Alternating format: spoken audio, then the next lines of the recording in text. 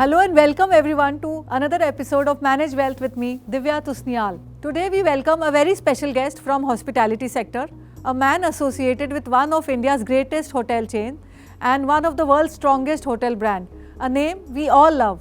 He is a person who has witnessed the hotel industry thrive with the growing Indian economy. Let's put our hands together for Mr. Parveen Chander Kumar, Senior Vice President Sales and Marketing, Indian Hotels Company Limited. Hello Parveen, how are you? So nice to have you here. Let's sit. Hello Parveen, a very warm welcome to our show. It's a pleasure to have you here with us. Thank you, and same for me too. Thank you. So you had joined Taj Group of Hotels right after college.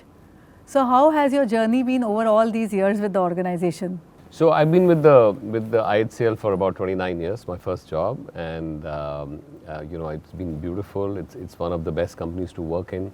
I got everything that I wanted to from the organization. I got opportunity to learn, I got opportunity to grow, and I also got opportunity to work in some of the best hotels in India. And I've worked at the Taj Mahal Mumbai, Taj Lake Palace, Taj Mahal Delhi, Taj Lansing, and so it's been a very gratifying journey. Nice. So with this COVID pandemic subsiding, we see a lot of shift in the consumer behavior towards their staying and their travel plans with a vengeance. So what kind of consumer behavior do you decode from here, or how do you look upon it, and is this sustainable kind of thing for them? So see, the last 2 years of pandemic have actually completely changed the way the Indian consumer behavior has been. So what we have seen is, I can kind of sum it up in 2 or 3 key trends. One, we've seen a lot of Indian people traveling all over India. So actually people have been discovering the country themselves, and that's giving a lot of new opportunities for the business to grow. Secondly, we've also seen that since the pandemic also gives people a kind of a push towards spending and having more experiences. So we have seen a lot of newer things, like for example, we have we started a homestay business called as Ama Stays. We also started Cumin, which is basically a delivery, food delivery app. So a lot of change in the consumer behavior is likely to continue from here onwards, and I think Indian domestic travel has been 90% of our business in the last 2 years, which used to be traditionally about 50% before pandemic. So we do see that this is likely to continue, but not at full 100%, but I think we will continue to see more and more Indians traveling, and we will see a lot of Indians going and trying to discover India. So I always have this favorite phrase where wherever we go and open a hotel, we have these Taj junkies who actually would like to come and experience, and people ask us what's new, abhi naya kya hai. So I think that's very, very important. So but managing hotels might be very tricky in a situation because there's a constant change in the number of guest list, travelers. It's quite fluctuating in nature. So how do you think that proper financial planning can make a difference here, and what has your personal experience been in here? So, two parts of the question. One, managing hotels during pandemic have been extremely challenging, and that's because no business basically teaches you how to run hotels without any money. So, our business actually, I remember we used to calculate it as a percentage of 19-20, and in the initial few months we used to do 19 or 20%. And then we kind of, went to 30, 60, 80, 100, and in some hotels even beyond that. So in terms of financial planning, we've never seen something like that. We've had challenges of all kinds, and just to tell you, hotels are a very sensitive business models, because we have a huge amount of fixed costs, which starts from your employee costs to the rentals to electricity, everything. And then we have a large base of variable costs, which is directly connected to the volumes. So the fixed cost you could not do anything about, and as far as your variable cost is concerned, that also goes out of the window because you have a problem with volumes. You're not really getting the number of footfalls. So that kind of started impacting our cash flow. And what the hoteliers have learned during this 2 years is to survive in a deep adversity. How do you kind of run your business when the revenues are so low? And also it's taught us a new way of looking at our business. So actually a lot of business models got reinvented. We had to look at ancillary revenues. We were selling things which we never did in the past, like we had this favorite model of doing meals at sending meals to people's home and organizing digital conferences. So actually we were the pioneers to do that, and with our brand Cumin, we apparently used to do a lot of these virtual conferences which have become a kind of an industry leader now. So it's been very tough. And on the second aspect of financial planning, I think we learned how to manage the show in lesser.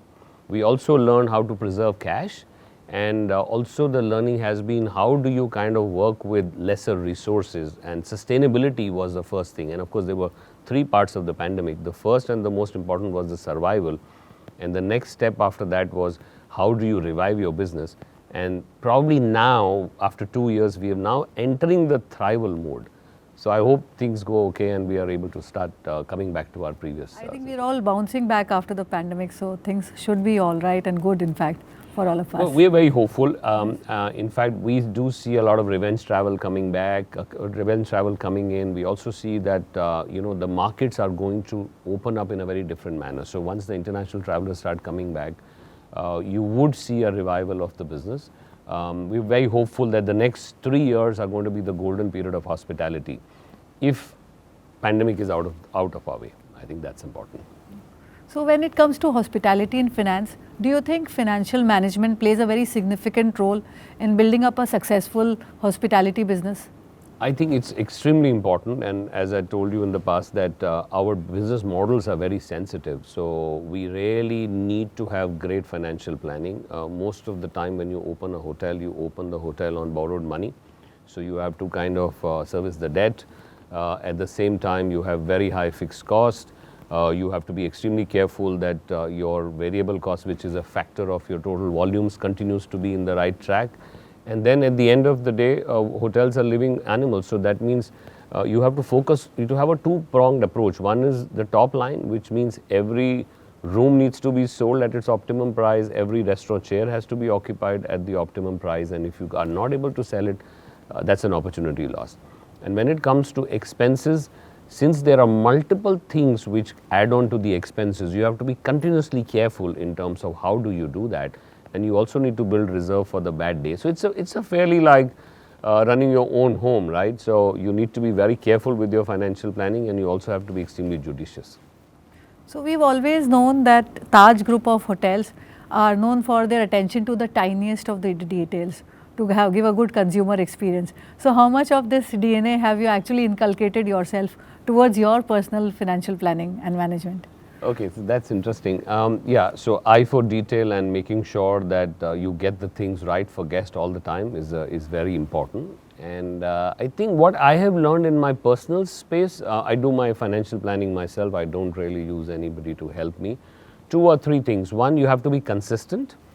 And the other thing is that you have to, just like having an eye for detail, you have to keep looking at your portfolio. You have to keep looking at what you're really doing in terms of your own personal planning. And you also have to have a long-term vision, just like we do it in our own business. You need to have a long-term business, you need to have a long-term goal, and then you kind of steer yourself towards it. Parveen, as a hotelier, you've always been thinking out of the box experiences for your consumers. So we would like to, it would be really interesting to know your thoughts on the new age financial instruments like cryptocurrencies, AIFs, or maybe angel investing, startups, etc. With digitization of the financial instruments, I think there are a lot of new opportunities which are appearing. I am still a little more conservative person, and I would say you could probably allocate a very small part to crypto or NFT or other instruments of a similar nature, angel investing. But you need to be careful about it because there are high risk and high return. And usually once your basic financial planning is done, then probably the top 5% of the pyramid is what you could invest into these instruments. So Parveen, we would also like to know if you are an avid traveler because you're into hoteling industry, and if so, how do you plan your stays, budget as the choice of the venue and all that? So I love traveling. Unfortunately, don't get enough time because my job also is very intense. But of course now I travel a lot on work. And when I travel, I actually almost, I do everything myself, and I love as the planning of the travel as much as the travel itself. So I do everything from my booking to, the various kinds of places to see, what food to eat. I plan everything, and I'm quite excited about doing that. So even the tiniest of details you try to capture. So that's actually got into your DNA, we can say that. Yes, so in fact, whenever I'm taking a trip, I would find out what are the unique places to go to. I'm a foodie because I come from a food and beverage background in the early years of my career. So I like to kind of have the local experiences, try and also manage your time. So basically my travel is very itinerary based, and you would find me, doing various experiences. I'm sure as a beginning of your career or sometime you would have made some mistakes in your financial planning. So what has this experience taught you, and how have you inculcated that to improve yourself on that? So I made a lot of mistakes and lost a lot of money.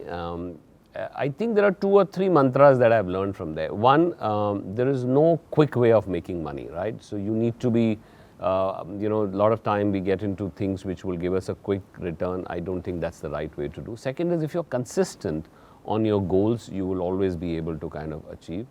And the third thing is that you need to spread off your risk. As over time I have learned that you need to invest your money into different buckets of risk. So you could probably invest a certain part into a low return, low risk kind of a thing, and then as you kind of move up, it's the overall return that you need to see. So that's what I've learned.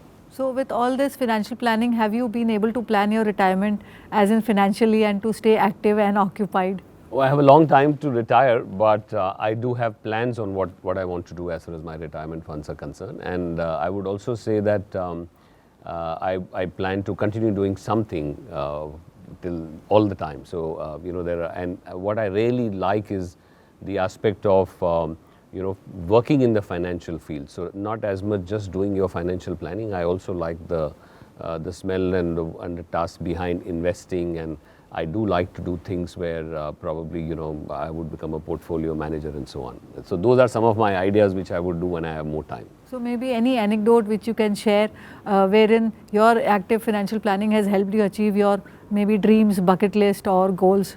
Not anything in specific, but I do also believe that when you dream of a big goal in terms of your financial planning, or like buying an asset, or let's say you say an X amount of money that you want after a certain number of years, it drifts you forward towards that goal.